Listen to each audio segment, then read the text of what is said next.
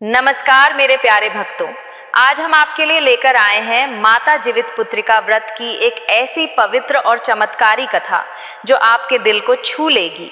यह व्रत हर माँ के लिए अपने बच्चों की लंबी उम्र और सुख समृद्धि की कामना का प्रतीक है। आज की कहानी एक ऐसी माँ की है जिसने अपनी सच्ची भक्ति और अटूट विश्वास से मृत्यु को चुनौती दी और अपने बेटे को जीवन दान प्राप्त किया। तो आइए इस प्रेरणादायक कथा को सुने और माता जीवित पुत्रिका की कृपा को अपने जीवन में उतारें। प्राचीन काल में एक पहाड़ी क्षेत्र में बसा था एक छोटा सा गांव जिसका नाम था हरिपुर। इस गांव में रहती थी एक साधारण सी महिला जिनका नाम था अनुसुईया।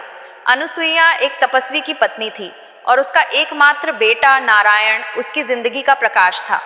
नारायण केवल 9 वर्ष का था, लेकिन वह अपनी माँ की भक्ति और अपने पिता की तपस्या से प्रभावित था।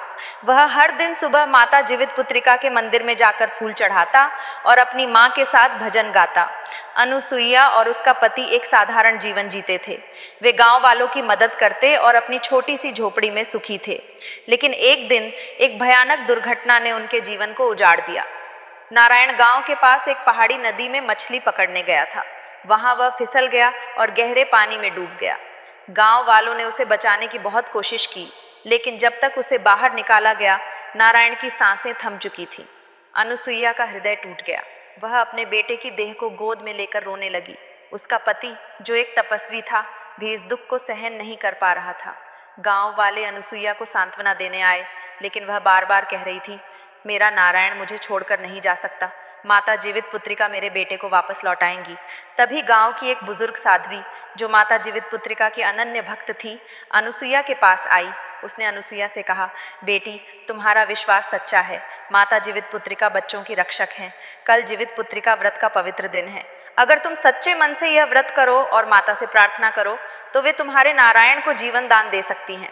अनुसुईया ने साध्वी की बात सुनी और उसकी आंखों में एक नई उम्मीद जगी। उसने साध्वी से व्रत की पूरी विधि पूछी।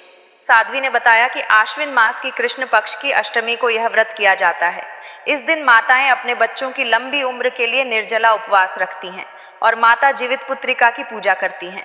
अनुसुईया ने उसी क्षण प्रण लिया कि वह यह व्रत पूरी श्रद्धा और विश्वास के साथ करेगी।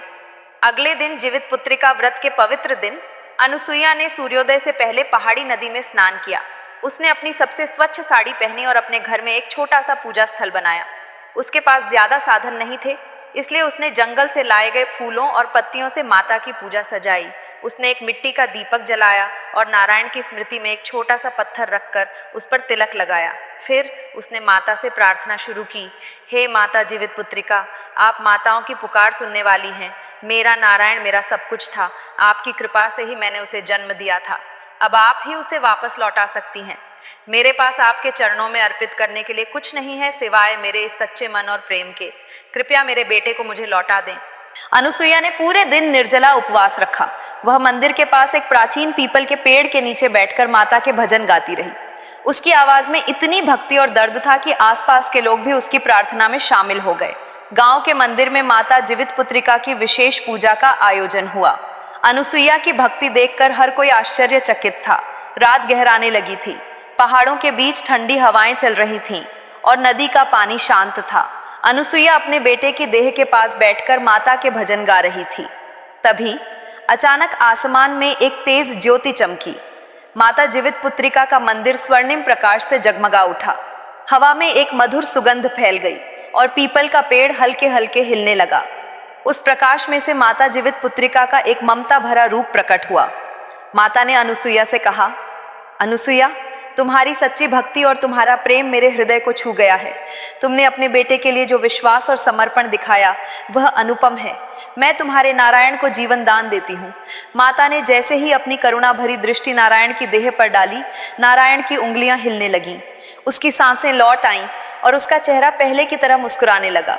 अनुसुईया की आंखों से खुशी के आंसू छलक पड़े। नारायण ने आंखें खोलीं और अपनी माँ को गले लगाया। उसने कहा, माँ, मैंने माता जीवित पुत्रिका को देखा।